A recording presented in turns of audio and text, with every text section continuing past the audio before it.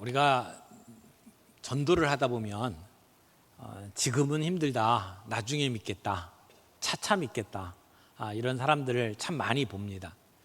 전도하러 나가서 그 말씀을 받고 내가 믿겠습니다라고 하는 사람보다는 이렇게 미루는 사람들, 어떻게 보면 받지 않겠다고 하는 것을 이렇게 애둘러서 천천히 나중에 믿겠다라고 하는 사람들이 훨씬 많죠. 우리가 가까운 우리 가족들 또는 주변에 잘 알고 있는 이웃들에게 복음을 전할 때마다 많이 듣는 말입니다. 조금 있다가 어떤 사람들은 아이고 뭐 죽기 전에만 믿으면 되지 않아요? 라고 이야기를 하는 분들도 있습니다. 예수를 믿는 것이 그렇게 긴박하다고 느끼지를 않는 거죠. 이분들은 우리가 아무리 진지하게 설명을 해도 반응이 무딥니다. 그렇다고 해서 우리가 구원의 긴박성을 놓쳐서는 안 될 겁니다. 우리 주님은 구원받는 것이 시급하다. 구원이라고 하는 것은 기회가 있을 때 그때 당장 받아야 되는 것이지 뒤로 미루면 안 된다라고 강조해서 말씀하십니다. 그런데 사실은 전도를 받는 사람들의 문제만이 아니고 전하는 사람들도 동일한 문제들을 가지고 있죠. 가서 복음을 전하려고 하면 뭐 이런 얘기 저런 얘기로 막 얘기를 돌리고 안 들으려고 하고 지금은 바쁘니까 나중에 듣자고 하고 그렇게 거부하는 분들을 많이 만납니다.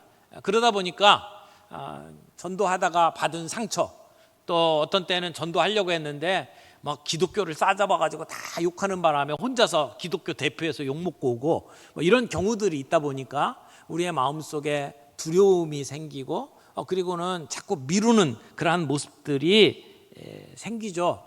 그래서 우리도 두려워하고 우리도 뒤로 미루는 경우들이 참 많이 있습니다.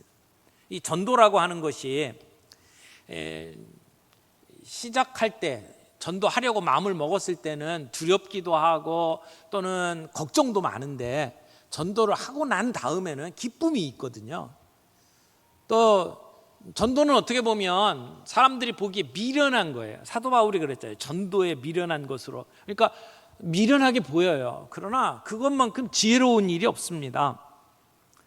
그래서 우리가 전도가 가지고 있는 기쁨 이런 것들을 마음속에 가지고 전도를 해야 하는데 우리는 그 긴급성을 잃어버리고 다음에 기회가 있다고 생각하고 넘길 때가 참 많이 있다는 겁니다. 고린도후서 6장 2절 말씀을 보면 이렇게 말씀하시죠. 이르시되 내가 은혜 베풀 때에 너에게 듣고 구원의 날에 너를 도왔다 하셨으니 다 같이 보라 지금은 은혜 받을 만한 때요 보라 지금은 구원의 날이로다. 내일이 아니고 지금이라고 이야기를 합니다. 예수 믿고 회개하여 하나님 품에 안겨야 할 날이 오늘이다 라고 이야기를 합니다.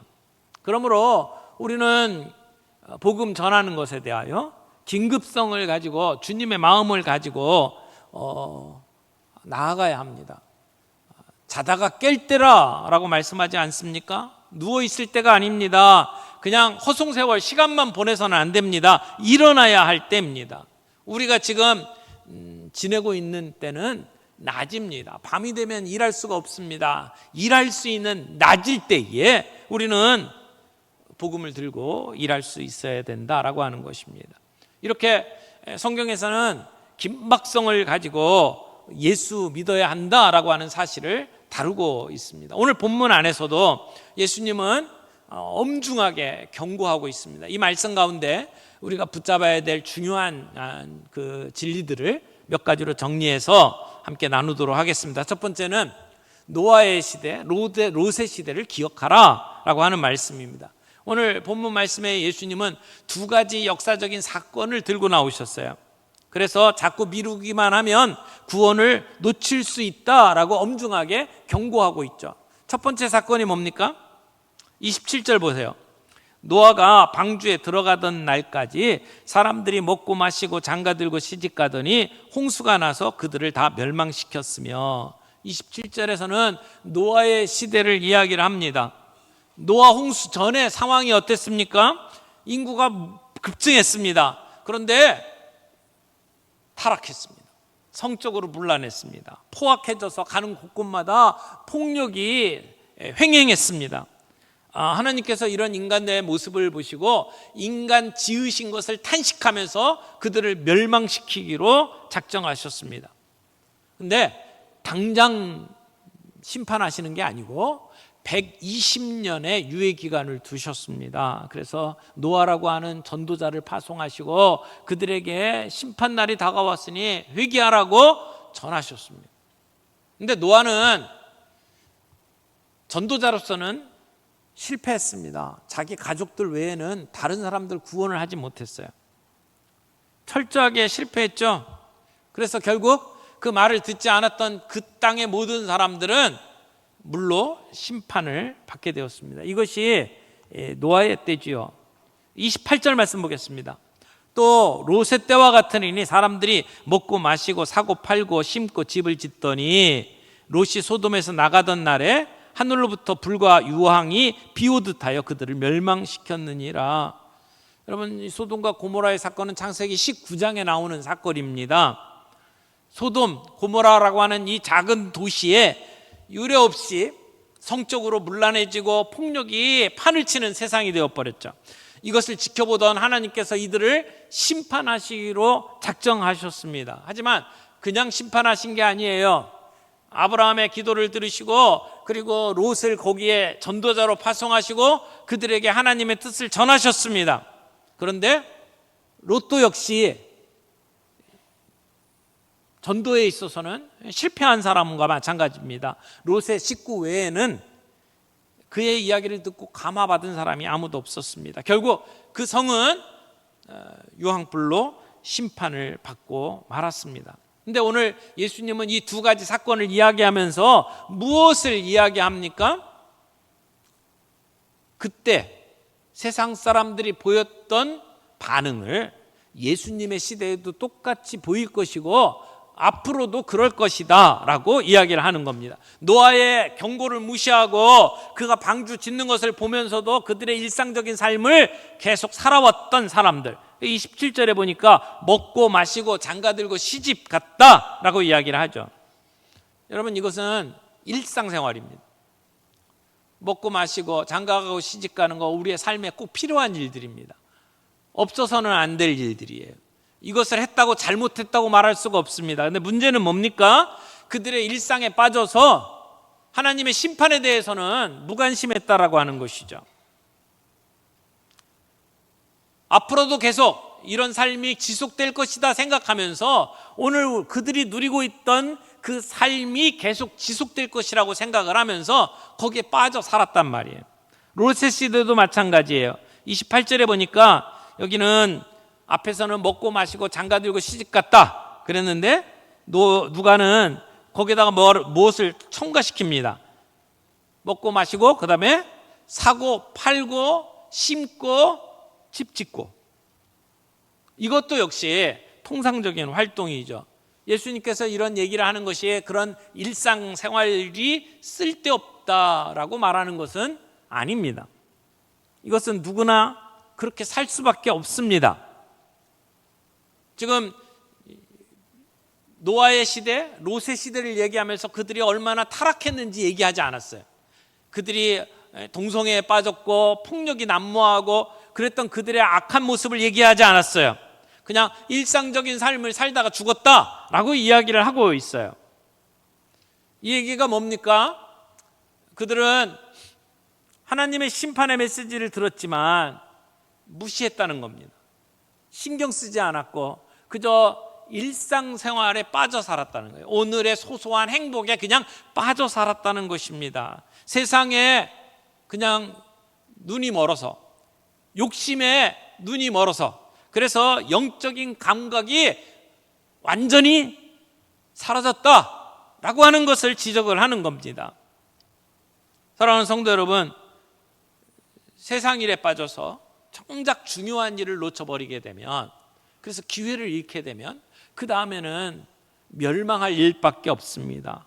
그들에게 갑작스러운 심판이 임할 것입니다. 한번 기회를 놓치면 비참한 종말을 맞게 되고 다시 구원받을 기회가 없다라고 하는 사실을 예수님께서 이야기를 하는 겁니다. 너무나도 살기 좋은 날에, 평범한 날에 갑자기 비가 쏟아져서 홍수가 나고 모두가 죽게 되었습니다. 갑자기 하늘에서 유황불이 내려와서 망했다라고 이야기를 하는 겁니다.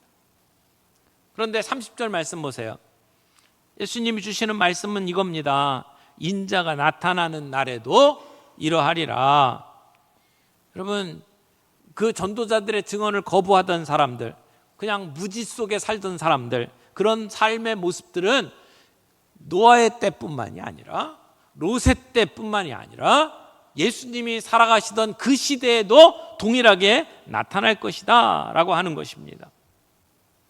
내가 누리던 것, 내가 소중하게 여겼던 것, 그것이 너무나 소중하기 때문에 롯의 처는 뒤를 돌아다보고 거기에 대한 마음을 놓지 못했어요. 내려놓지 못했어요. 롯의 처가 무엇 때문에 뒤를 돌아봤는지 성경에서 말하지 않습니다. 자기의 가족들, 친구들 때문인지, 자기가 가지고 있었던 소유물 때문인지, 아니면 소돔이 가져다 주었던 옛 생활의 안락함이었는지 말하지 않습니다. 그러나 그렇게 애지중지 붙잡고 있었던 것은 다 사라져버렸어요. 파괴되고 말았습니다. 여러분, 우리에게 소중한 게 무엇입니까? 지금 예수님은 우리에게 정말 소중한 것이 목숨이라고 하는 겁니다. 우리의 육신의 목숨이 아니라 영원한 생명, 그 목숨이 중요하다라고 이야기를 하는 거예요. 33절 말씀 보겠습니다.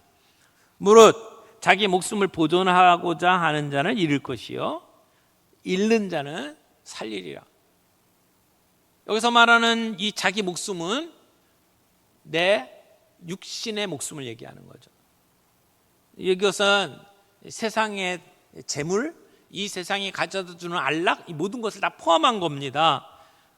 주님은 우리가 거기에 대한 애착을 끊어버릴 때 우리가 참된 생명을 얻을 수 있다라고 말씀을 하는 겁니다. 이 역설의 삶입니다.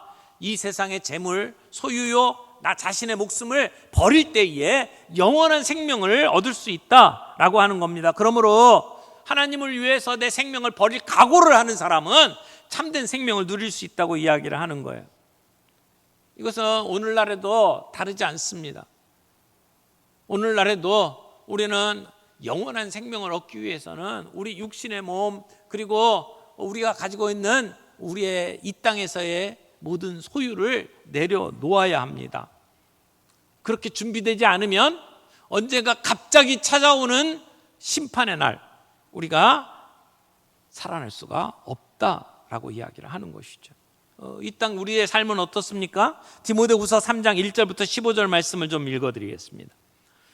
디모데후서 3장 1절, 너는 이것을 알라 라고 하면서 마지막 때에 일어날 우리의 위험한 상황을 경고하는 거죠. 이것을 알라, 말세에 고통하는 때가 이르러 사람들이 자기를 사랑하며 돈을 사랑하며 자랑하며 교만하며 비방하며 부모를 거역하며 감사하지 아니하며 거룩하지 아니하며 무정하며 원통함을 풀지 아니하며 모함하며 절제하지 못하며 사나우며 선한 것을 좋아하지 아니하며 배신하며 조급하며 자만하며 쾌락을 사랑하기를 하나님 사랑하는 것보다 더하며 경건의 모양은 있으나 경건의 능력은 부인하는 하니 이 같은 자들에게서 내가 돌아서라.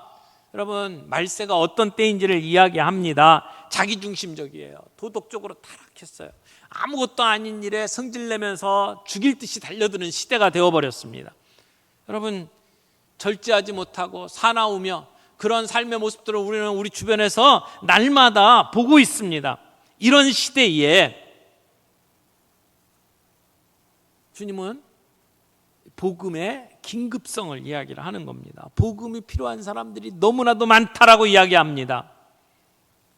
오늘 우리의 마음속에 이 사람들을 바라보면서, 이런 세상의 모습들을 바라보면서 안타까움이 있습니까? 두 번째로 생각해야 될 것은 전도의 긴급성을 인식하자는 겁니다. 여러분, 우리 모두에게 언젠지는 모르지만 반드시 다가올 두 가지 사건을 눈앞에 두고 있습니다. 언제일지는 몰라요. 미스테리예요. 그러나 확실해요. 반드시 옵니다. 두 가지. 뭡니까? 예수님이 이 땅에 다시 오시는 것, 재림하시는 것, 그리고 언젠가 우리가 맞이할 죽음. 여러분, 세상에 살면서 100% 절대 진리 많지 않습니다. 그런데 분명한 진리 하나, 우리는 다 죽는다는 거예요. 누구나 다 죽음을 맞이할 겁니다. 한 사람도 예외 없이. 그런데 문제는 언제 죽을지를 모르는 거예요. 순서대로 오는 게 아닙니다. 우리가 예측할 때 오는 게 아닙니다. 언제 올지는 모르지만 반드시 온다는 겁니다. 주님의 재림이 먼저 오든지 나의 죽음이 먼저 오든지, 먼저 무엇인가 찾아오면 더 이상의 기회는 우리에게 없습니다. 우리가 예수를 믿지 않은 채 미뤄두었다가 그때를 맞이한다면 구원받지 못한다는 것입니다. 예수님의 재림에 대해서 먼저 생각을 해보죠. 우리가 전도를 할 때 사람들에게 예수님이 재림하십니다, 회개하십시오, 이렇게 얘기하면 못 알아듣습니다. 그들에게는 예수님이 누군지, 예수님이 다시 오실 것인지 몰라요. 그런 얘기 해봤자 그 사람들은 이해를 못합니다.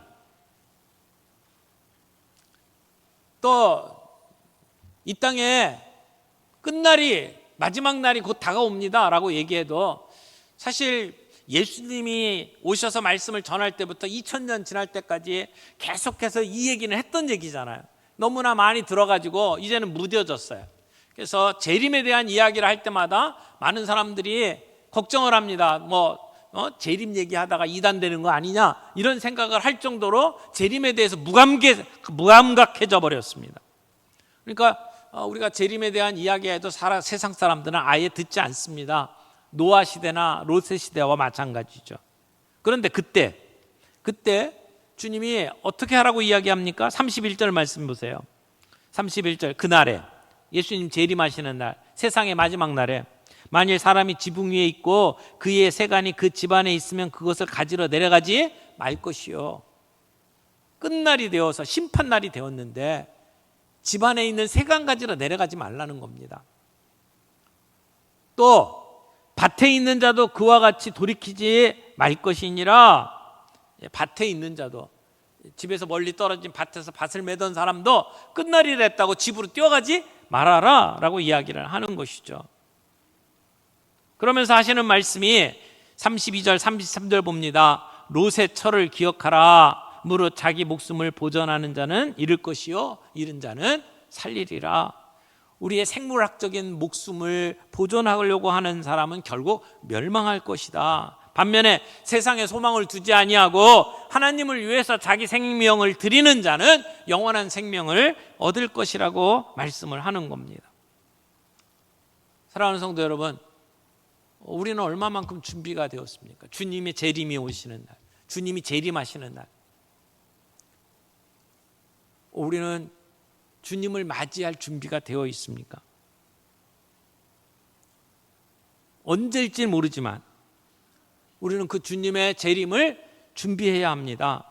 방심하다가 준비되지 아니한 사람들은 결국 종말을 맞이할 겁니다. 그 종말 때 어떤 일이 벌어질지를 34절, 35절에 이야기를 하고 있죠. 내가 너희에게 이르노니 그 밤에 둘이 한 자리에 누워 있음에 하나는 데려감을 얻고 하나는 버려둠을 당할 것이요. 두 사람이 밤에 잠을 잡니다. 근데 예수님이 그때 재림하십니다. 그러면 예수 믿고 구원받은 자, 준비된 자들은 잠을 자다가도 함께 들림을 받을 것이에요. 그런데 준비를 안 하고 미루다가 그러다가 재림을 만난 사람, 그 사람은 버려둠을 당할 것이다 라고 이야기를 합니다.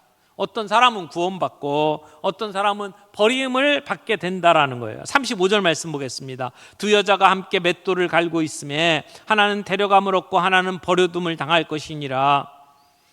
두 여자가 함께 맷돌을 갈고 있습니다. 일하고 있습니다. 그런데 그때 주님이 임하십니다. 한 사람은 준비되었기 때문에 주님의 인도함을 받고 함께 들림을 받을 것이고, 한 사람은 버림을 받게 될 것이다 라고 이야기를 해요. 우리가 읽는 성경의 36절에는 없음이라고 나와 있는데, 어떤 사본에는 36절 이렇게 돼 있어요. 두 사람이 밭에 나가서 함께 일을 하는데 주님이 그때 재림하셔요. 한 사람은 구원받고 한 사람은 버림을 받는다라고 하는 내용이 나옵니다. 여러분, 우리는 재림을 준비하면서 살아갑니다. 하지만 주님 언제 오실까를 생각을 하면서 일 안 하고 산속에 들어가서 하늘만 바라보는 사람들이 아니에요. 밤잠 안 자고 재림을 기다리는 사람 아니에요. 우리는 잠을 잡니다. 맷돌을 갑니다. 밭에 나가 일을 합니다. 그것은 우리의 삶이에요. 그런데 언제, 어떤 순간, 우리가 알지 못하는 순간 갑자기 우리 주님이 재림하신다는 겁니다. 그날 저에게도 있고 내 주변에 믿지 아니하는 사람에게도 있게 된다는 거예요. 사랑하는 형제 자매들이 우리가 들림받을 때 버려둠을 당한다, 그런 생각을 하면 우리는 빨리 시급하게 그들에게 복음을 전해야 된다라고 하는 말씀을 주는 것이죠. 이 주님의 재림과 관련된 내용이에요. 그러면 재림뿐만 아니라 우리에게 다가오는 우리의 죽음도 한번 생각을 해보시죠. 여러분, 죽음이라고 하는 것은 누구에게나 오는 것이라고 말씀드렸어요. 나이 순서대로 오는 게 아니에요. 그런데 요즘에 많은 사람들이 죽음을 나하고 관계없는 것처럼 생각하며 살아갑니다. 점점 죽음이 멀어졌어요. 저희 어렸을 때는 죽음을 자주 봤습니다. 많은 사람들이 죽었고 장례 치르는 것을 봤어요. 우리 가족들이 세상을 떠날 때에도 때로는 교회에서 목사님들이 그 시신을 수습하고 염을 하기도 했어요. 그런데 지금은 가족들조차도 그 시신을 만지지 않습니다. 전문가들이 다 준비해 놓은 곳을 가서 잠깐 들여다볼 뿐이에요. 심지어 자녀들, 어린아이들은 아예 그곳에 데려가지도 않습니다. 그러니까 죽음을 경험하지는 않는 거죠. 그래서 나와 큰 관계가 없는 것처럼 자라납니다. 하지만 죽음은 얼마나 우리 바로 옆에 있는지 모릅니다. 우리는 수많은 사건, 사고를 당합니다. 작년만 해도 우리 여러 가지 사건들을 만나지 않았습니까? 이태원의 사건이라든지, 여름에 장마철 차 타고 가다가 지하도에서 물이 차가지고 세상을 떠나신 분들, 또 서현역 앞에서 칼부림으로 세상을 떠난 분들, 언제 어떤 일이 벌어질지 우리는 알 수가 없어요. 지구촌 곳곳마다 사건, 사고가 끊이지를 않습니다. 지진을 통해서, 쓰나미를 통해서, 산불을 통해서 일어나는 그러한 사건들을 우리는 다 뉴스로 접하고 봅니다. 그런데도 불구하고 우리는 그 일이 나하고 상관이 없다고 생각해요. 죽음이 나하고 관계가 없다고 생각하면서 살아가는 그러한 시대가 되었단 말이에요. 게다가 의학이 발달하고 그리고 조금만 신경 쓰면 오래 살 수 있을 것이라는 자신감이 생겼어요. 요즘에도 가끔 문자가 옵니다. 정기검진 받으라고, 변을 채취해가지고 가서 검사 받으라고 계속해서 재촉하는 문자들을 받습니다. 그래서 많은 사람들이 정기검진을 하잖아요. 예전보다 우리는 굉장히 많이 검사를 하고 그 검사하는 과정 속에 우리에게 문제가 있는 것을 발견합니다. 예전에는 알지 못하고 지냈던 것이 지금은 금방금방 드러나요. 그래서 암에 걸리신 분도 일기 전에 연기에도 발견을 하고 수술을 합니다. 그러다 보니까 우리가 건강관리 잘하고 먹고 마시는 거 신경 써서 먹으면 우리가 오래오래 살 거라는 자신감이 생겼어요. 그래서 100세 시대, 이제는 120세 시대, 그리고 그 150세 시대를 눈앞에 두고 있습니다. 그러니까 우리는 생명에 대한 자신감이 생긴 거죠. 예전에는 나의 생명이 하나님의 손에 달렸다고 신앙 고백을 하던 분들도 이제는 마치 내 생명의 주인이 나인 것처럼 은근히 생각하면서 살기 시작을 했단 말이에요. 이게 오늘 우리의 모습이라는 겁니다. 죽음을 멀리 생각하는 이 시대, 이런 시대 속에 우리는 가슴 아파해야 합니다. 그렇지 않다는 것을 알아야 합니다. 우리에게는 시간이 얼마 남지 않았다는 것을 기억해야 합니다. 그래서 전도의 긴급성을 인식해야 된다는 겁니다. 오늘 내 주변에 있는 자들에게 복음을 전할 날이 그렇게 많지 않았다는 것을 생각하고 긴급함을 가지고 그들에게 복음을 전할 필요가 있다라고 하는 것이죠. 여러분, 이런 긴급성을 가지고 복음을 전할 때에 세 번째로 나누고 싶은 것이 한 영혼을 불쌍히 여기는 마음을 가지는 것이 필요하다는 겁니다. 우리가 복음을 전할 때 우리의 자세, 우리의 마음은 어때야 합니까? 종종 나는 예수 믿었다, 저 불쌍한 것들 이렇게 생각하면서 깔아보고 아주 냉담한 마음으로 전도를 하는 경우들이 있습니다. 그런데 주님은 그들을 바라보는 마음, 불쌍히 여기는 마음으로 이 땅에 오셔서 주님의 사역을 감당해내셨어요. 십자가에 못 박혀 돌아가시는 그 사역을 정말 불쌍히 여기는 마음을 가지고 이 땅에 오셔서 공생애를 사시고 십자가의 일들을 이루셨잖아요. 오늘 우리에게도 그 불쌍히 여기는 마음이 필요하다는 겁니다. 아직도 예수를 알지 못하고 그저 평범한 것 거기에 마음 빼앗기고 그 소소한 일상에 행복감에 젖어 살아가고 있는 사람들을 볼 때에 우리의 마음속에 그들을 불쌍히 여기는 연민의 정이 있어야 된다는 것이죠. 그때 우리는 그들에게 복음을 전할 수 있고 그들을 품을 수가 있습니다. 예전에 저희 교회에 오셔서 말씀을 전해주셨던 선교사님 한 분이 계신데 기억하시는 분들 계실 거예요. 양영자 선교사님이시라고. 탁구 선수로 이렇게 활동을 하다가 현정아 선수랑 같이 복식 금메달을 땄던 분이죠. 그분이 어느 날 성경을 읽는데 이사야서 6장 말씀에서 누가 나를 위하여 갈고 하시는 그 주님의 말씀을 읽다가 눈물을 흘리고 계시는 하나님의 모습을 마음으로 봅니다. 그래서 주님 제가 가겠습니다. 그래 헌신해서 탁구 지도자로 그 창창한 그 앞길이 열려 있는데도 불구하고 그 다 내려놓고 선교사 훈련 받고 몽골에 국가대표 코치로 갑니다. 그래서 아주 꼬맹이부터 시작해서 이렇게 탁구를 가르치면서 그들에게 복음을 전하는 일들을 했죠. 근데 그때 어떤 꼬마 아이가 양정자 선교사님의 눈에 들었어요.